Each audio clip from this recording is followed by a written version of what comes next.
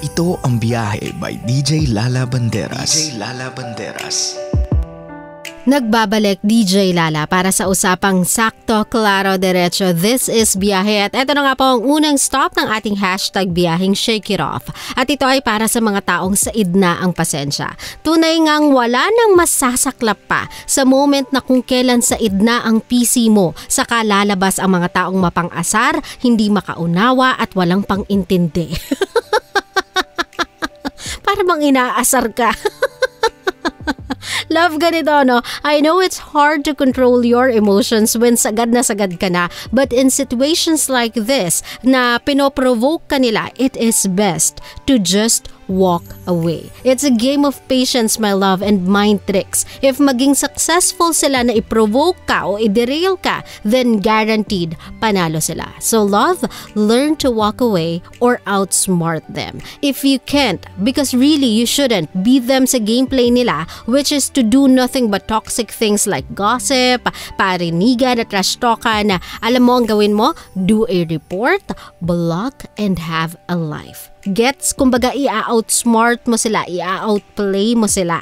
Yung mga ganyang nilalang, hindi na pinag-aaksayahan ng panahon at atensyon niyang mga yan. Deadma is the way, my love. Remember to always shake it off because you are better than that. Okay? At ito na nga po ang second stop ng ating hashtag biyaheng Shake It Off at ito ay para naman sa ating mga love na nanggigigil sa mga pangit na qualities ng kanilang partners. Love, time and time again, let me tell you, walang taong perpekto, even your partners.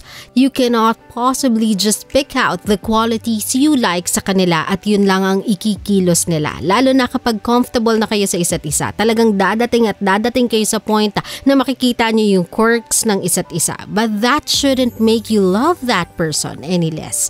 Dapat nga mas mahalin mo pa siya kasi that person may not be ideal, but that person is real.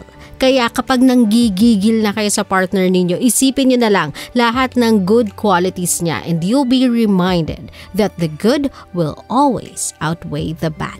Okay? Now, before tayo bumalik sa ating pangmalakasang tugtugan, paalala muna sa mga mahal kong pogit magaganda, ang hindi sumunod, tsaka.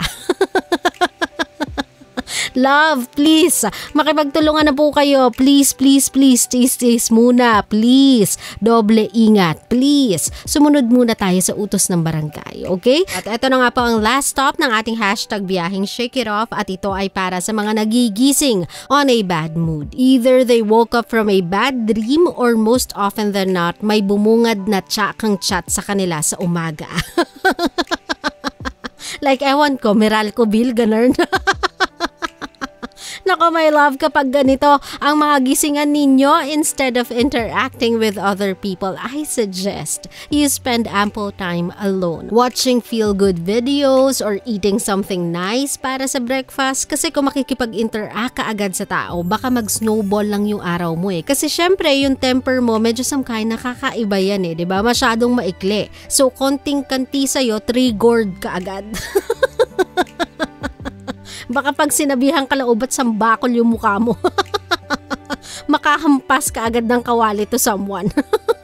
So para hindi madamay ang iba o hindi na lumalapay ang mood mo, create your own space and meditate. Ako, what I normally do is I listen to my version of feel-good music, then game na. So choose your own happy pill and go for it before you start doing your daily routine. This way, you don't have to carry out that heavy feeling all throughout the day. Okay? Sa mga love natin, pwede pa rin tayo magkwentuhan over at the comment section ng aking Facebook page, DJ Lala Banderas. Kasama niyo pa rin DJ Lala ng 90.7 Lover Radio sa aking programang Sakto, Klaro, Diretso. Ito po ang biyahe. Tandaan, GV lang. Walang hate, puro love lang.